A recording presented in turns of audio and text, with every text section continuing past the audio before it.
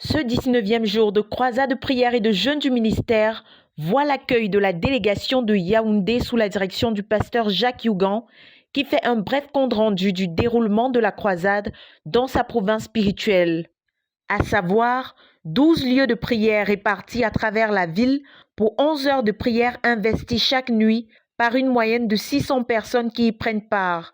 C'est donc à cette délégation de 50 personnes que revient la priorité pour rendre des actions de grâce au Seigneur. La lecture de 1 Chronique 11, versets 10 à 25, marque le début de l'enseignement du frère Théodore.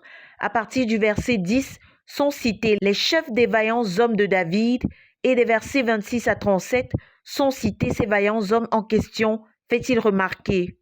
Cette liste de vaillants hommes, qui comptait 40 noms, était tirée d'une liste d'environ 600 000 guerriers.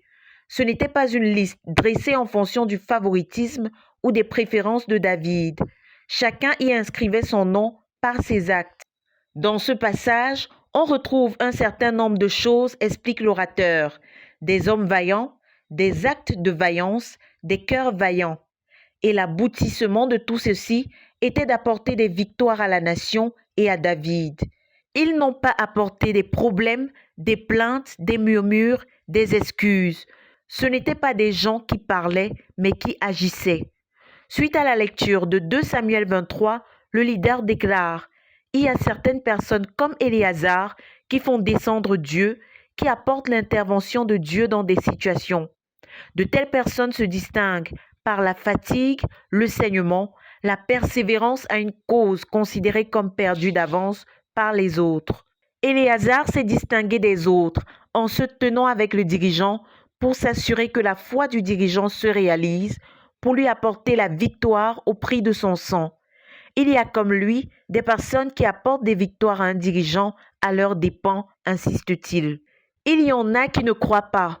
Ils ne voient que des obstacles alors qu'ils n'ont fait aucun effort, déplore-t-il. Ils sont paralysés par les échecs et les peurs du passé. Ayant des personnalités émiettées, ils n'osent rien pour donner une occasion à Dieu d'agir.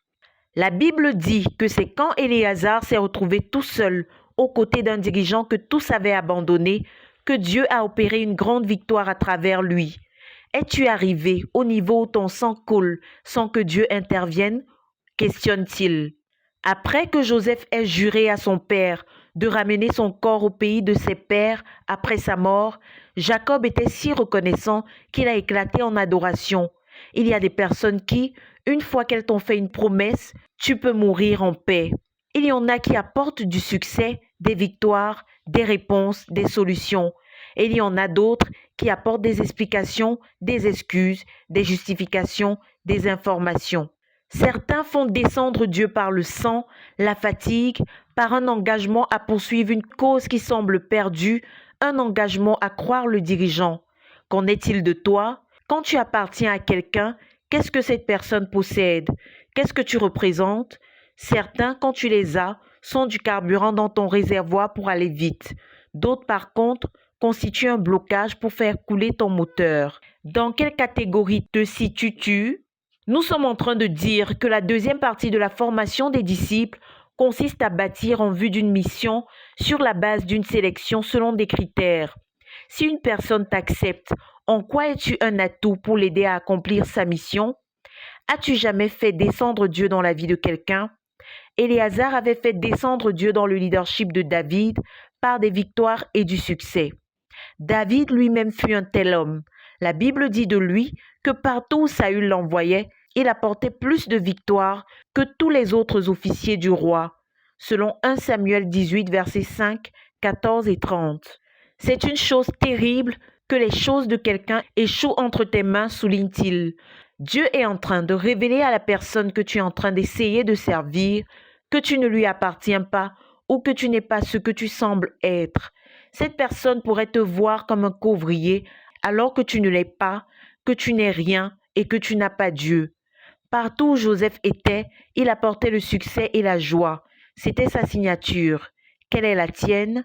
Quelqu'un te donne quelque chose à faire et tu reviens lui demander conseil à ce sujet. C'est une manière de lui dire de la faire lui-même. Une telle personne est en train de dire « Laisse-moi te sucer, mais n'attends rien de moi ».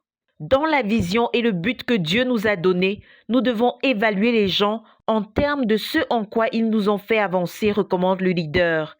Quelle victoire, quel succès nous as-tu apporté? Dans quel domaine nous as-tu apporté Dieu? Questionne-t-il. Je vais mentionner une chose concernant le cœur vaillant. Ces trois vaillants hommes aimaient David, l'admiraient, lui faisaient confiance, le croyaient, le respectaient, l'honoraient. Ces simples souhaits sont devenus pour eux une commission où ils risquaient leur vie. Et David en a fait un objet d'adoration. Il y a des personnes qui t'apportent ce que tu peux donner à Dieu en raison de sa valeur élevée. Il y a des personnes qui t'aident à adorer Dieu. Qu'as-tu apporté à quelqu'un qu'il puisse offrir à Dieu à tes dépens? D'autres viennent plutôt ôter cela que tu devrais donner à Dieu. Pour David et ses hommes dans l'Ancien Testament, la victoire consistait à tuer leurs ennemis. Pour nous, dans le Nouveau Testament, cette victoire consiste à gagner ceux qui étaient des ennemis de Dieu pour qu'ils deviennent des enfants de Dieu. Où sont donc nos vaillants hommes qui nous apportent des victoires dans le gagnement des ennemis? Car la vaillance se ramène au nombre d'ennemis qu'on a gérés pour Dieu. Quand tu n'apportes rien d'autre que des paroles vides et des feuilles sans fruits, le Saint-Esprit s'attriste pour une vie gaspillée, déplore-t-il, avant d'inviter les frères à prier que Dieu nous donne des hommes vaillants qui vont poser des actes de vaillance pour nous avancer dans l'accomplissement de notre vision. Frères, ce sont les batailles qui donnent naissance à la vaillance. Ce sont les problèmes qui donnent des opportunités pour qu'il y ait des solutions. Ce sont les besoins qui engendrent le ministère ou le service. Les trois vaillants hommes ont trouvé la distinction, même dans de simples souhaits, alors que plusieurs ferment leurs yeux aux possibilités devant eux, parce qu'ils ne veulent pas rendre ministère, mais veulent plutôt en recevoir. Plusieurs veulent que d'autres implantent des églises et que ce soit eux qu'on nomme. Ils ne veulent pas gagner des âmes, implanter des églises, bâtir des hommes. Si tu fermes les yeux aux besoins, si tu t'es vacciné contre les problèmes, si tu es indifférent vis-à-vis de ton dirigeant, d'où te viendra la vaillance pour laquelle nous prions? Et je voudrais dire, comme je l'ai souvent dit, ce que tu ne veux pas faire ou n'as pas fait, un autre le fera avec joie. La personne que tu méprises sera le trésor de quelqu'un d'autre. Cette chose que tu as toujours eue et à laquelle tu n'as pas donné de valeur va être récupérée par quelqu'un d'autre qui va lui donner une valeur, avertit l'orateur. Tu peux aimer, avoir un cœur loyal, respecter un homme, afin que les desseins de Dieu avancent, déclare-t-il. Parlant du don à Dieu, le frère Théodore partage une révélation que le Seigneur lui a accordée, selon laquelle il y a différents seuils de dons à Dieu. Le don à partir d'un pourcentage prélevé sur le revenu, tel que couramment enseigné dans notre ministère.